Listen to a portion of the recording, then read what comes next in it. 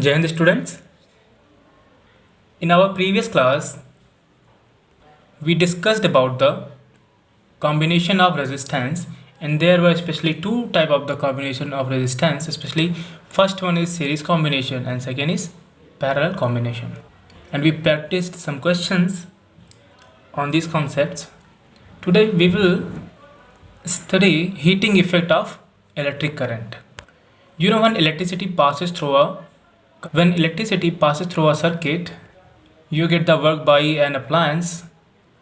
And if you observe one thing here, the temperature of those appliances feels slightly high. Here this electrical energy dissipates in form of the heat. And as we know that we have the source of electricity for maintaining the potential difference across ends of a circuit, and this source of energy, this battery has to do a work to maintain the potential difference to carry the charges. Here you can read the chemical energy of battery generates the potential difference between two terminals and sets the electron in motion to flow the current through the circuit.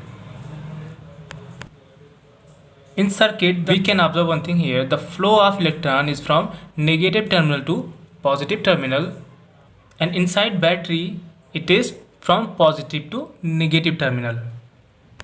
And to maintain this flow of current, here battery expends its energy, and this energy is released in resistance in form of heat. So to maintain the current, source has to keep expending its energy, and this energy is now consumed in our appliance. A part of this energy of source is consumed into the useful work. We obtain the work by that energy, and the rest energy gets dissipated in form of heat and raises the temperature of gadget.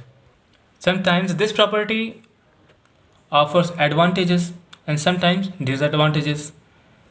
In a circuit where resistance is comparatively high, then battery there does more work in carrying the charges. When the electric circuit is purely resistive, the source energy continuously gets dissipated entirely in the form of the heat.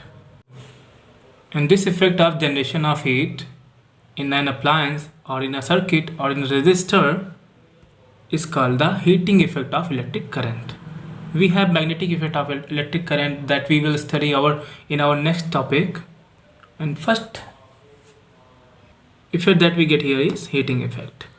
So just consider in a circuit, the potential difference is V across the ends, and you have to do W work to carry Q charge there in T time, where W is the work, V is the voltage or the potential difference between the points, Q is the charge, and T is the timing. So consider you have to carry Q charge here, so in between the ends where potential difference is V, then you have to do work W joule. And here this work which is done by the battery is the energy that battery is spending to carry the charges, and here source must supply energy equal to V into Q, because the work that you do to carry the charge, that work is equal to the energy here that you consume to carry the charge. You know what, work and energy has the same units because you can convert them into form of each other.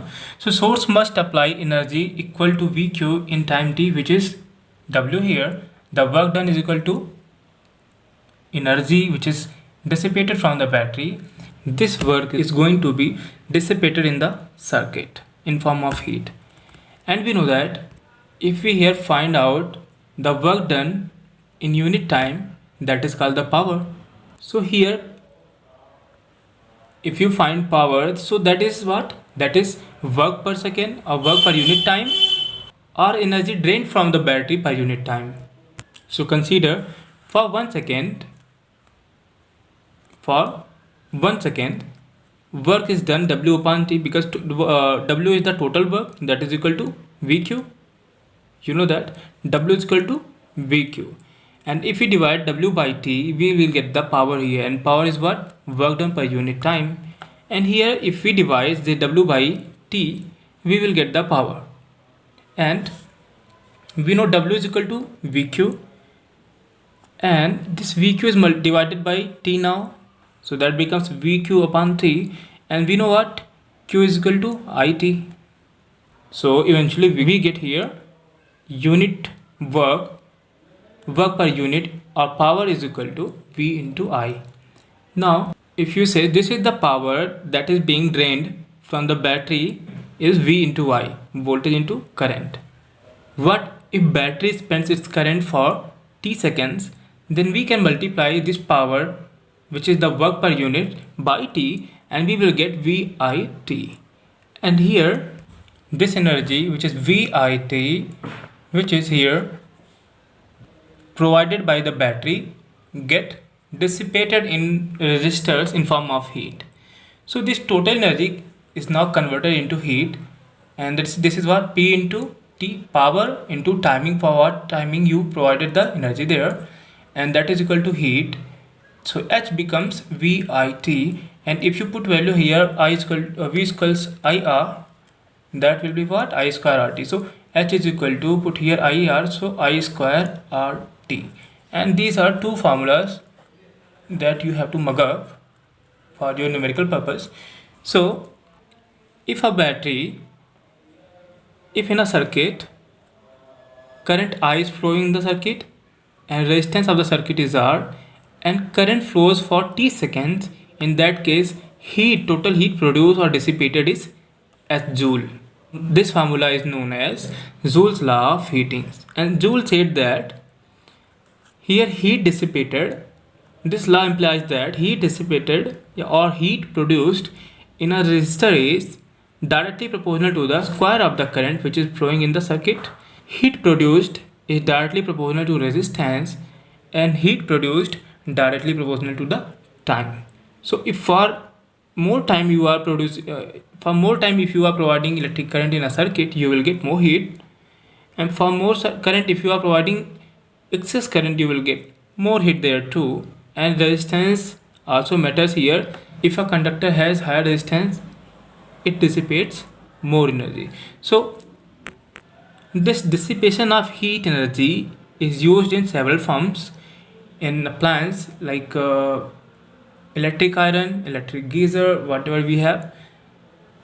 This property of conductor and electricity is helpful for security of our domestic appliance, and I have an example for this. And you all have heard about fuse, and definitely you know that fuse is there in the circuit to save other appliances. You know what, when electric current here increases, if you put here 2, heat increases 4 times, and the wire that is used in the fuse melts, and now electric circuit is open and electricity is not flowing in the circuit now. We have two basic formula here, H equals VIT and H is equal to I square RT. This is the Joule's law of heating, and do write in your copy, mug up.